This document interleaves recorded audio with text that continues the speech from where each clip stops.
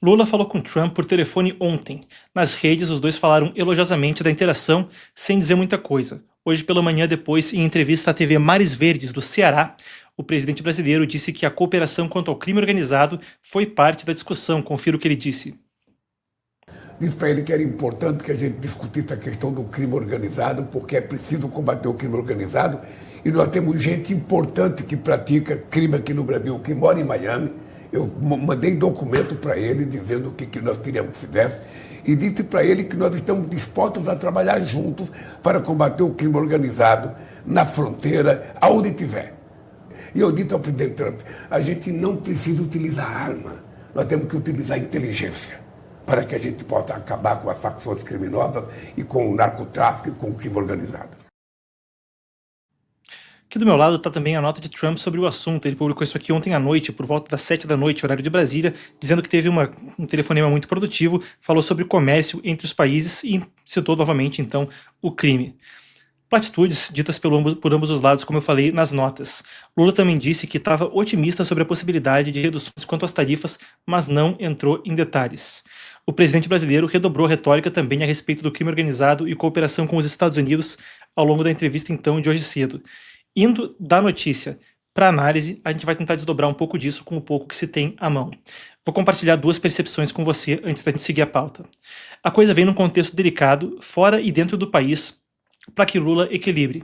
Então, por um lado, depois da mega operação no Rio de Janeiro, no final de outubro, o que ficou escancarado pelas pesquisas de opinião pública é que a segurança e a oposição às facções já é a principal preocupação do eleitor e possivelmente será o assunto definitivo de 2026.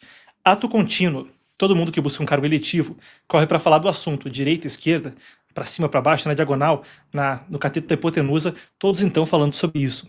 Mas, por outro lado, para Lula, na retórica da esquerda brasileira, a conversa sobre desencarceramento e violência policial normalmente é o que domina a conversa sobre segurança pública, uma marca registrada. Pragmaticamente, isso aí parece ficar de lado para a ocasião. Mas, indo do nacional para o internacional, em meio ao que diz o presidente, indo para a parte internacional do assunto.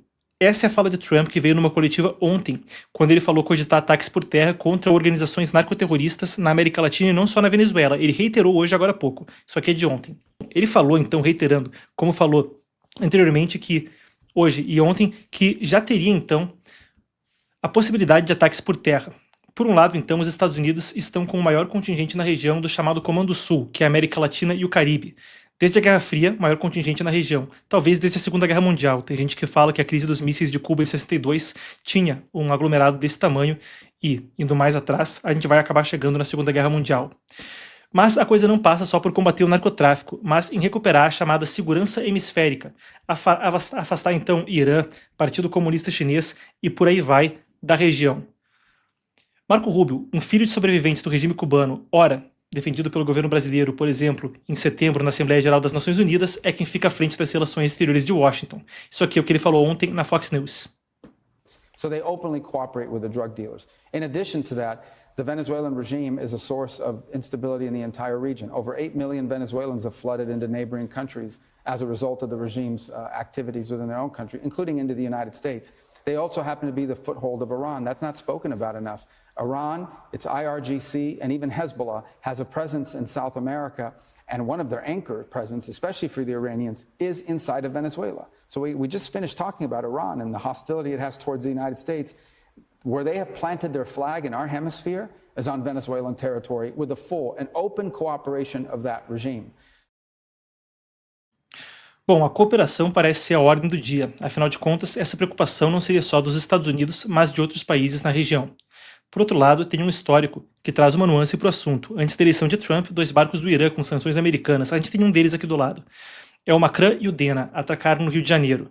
Estadão chegou a noticiar que teve até festa entre autoridades dos 2 países dentro de um deles. Lula depois recebeu Maduro. A gente tem imagem da época. Na época, inclusive, ele já tinha aí, então, a recompensa sobre a cabeça, ainda não na ordem dos 50 milhões que os Estados Unidos depois vieram a declarar, mas ainda na quantia mais módica de 15 milhões. Com honras foi a recepção. Cerca de uma década antes desse encontro, o petista tinha ajudado a fazer campanha pela eleição de Maduro na Venezuela. Falava ele que Maduro presidente era a Venezuela que Chávez sonhou.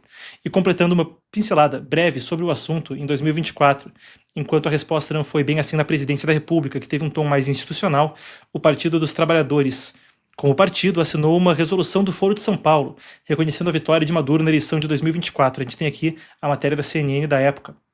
Vitória de Maduro nas eleições de 2024 na Venezuela, que, se por essa declaração eram legítimas para a comunidade internacional de forma abrangente, eram consideradas fraudulentas. Tanto é que a Maria Corina Machado, cujo candidato Edmundo Gonzalez é o vencedor de direito, está para receber o Prêmio Nobel em breve.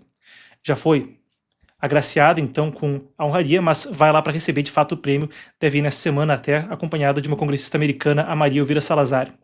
Foro de São Paulo foi fundado por Lula junto a Fidel Castro em 1990, congregando partidos políticos e agentes ligados ao narcoterrorismo no continente, o tipo de coisa contra a qual o Marco Rubio, e a gente viu o clipe agora há pouco, passou a carreira trabalhando. Assim como no discurso sobre o crime organizado, o momento agora, entretanto, parece ser sobre pragmatismo. Esse tipo de coisa não seria novidade, tá? Lula tentou o mesmo tipo de diplomacia nos primeiros mandatos, recebendo, a gente resgata um episódio histórico, o presidente George W. Bush para um churrasco na Granja do Torto. Na época, o contexto era um em que a febre aftosa era justificativa para lobistas americanos irem para cima do agronegócio brasileiro lá no Congresso dos Estados Unidos e na Casa Branca, tentando então talvez algum tipo de regulação comercial, alguma coisa que pudesse barrar a carne brasileira. Coisa que Rússia, por exemplo, já tinha feito na época. China e Índia também estavam nessa. Era antes aí do pico dos BRICS, 2005 ainda. Mas a gente viu uma situação dessas. Do lado de Trump, claro que a preferência por uma América Latina com maior alinhamento a ele é o que vale. Mas, enquanto no Brasil uma presidência não alinhada é o caso, resta trabalhar para que as prioridades americanas na região sejam atendidas.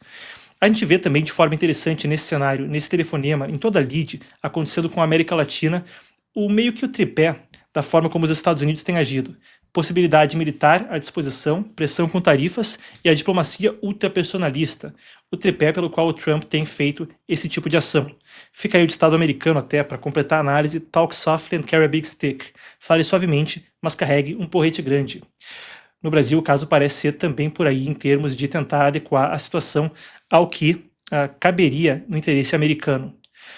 Fica muitas incógnitas no horizonte, afinal de contas, lá atrás, em julho, o presidente americano chamou o julgamento do ex-presidente Jair Bolsonaro de uma caçada às bruxas.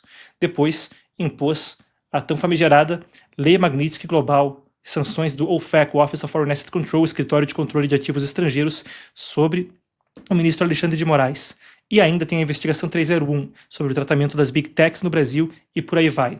Ele chegou a citar que havia preocupações quando perguntado a respeito ontem em coletiva de imprensa. Lula otimista sobre redução de tarifas, o discurso de Trump ambíguo até o momento, veremos no que passa. Fica aí alguns fatores para análise, são food for thought, já que a gente está falando do presidente americano, alimento para o pensamento, para consideração.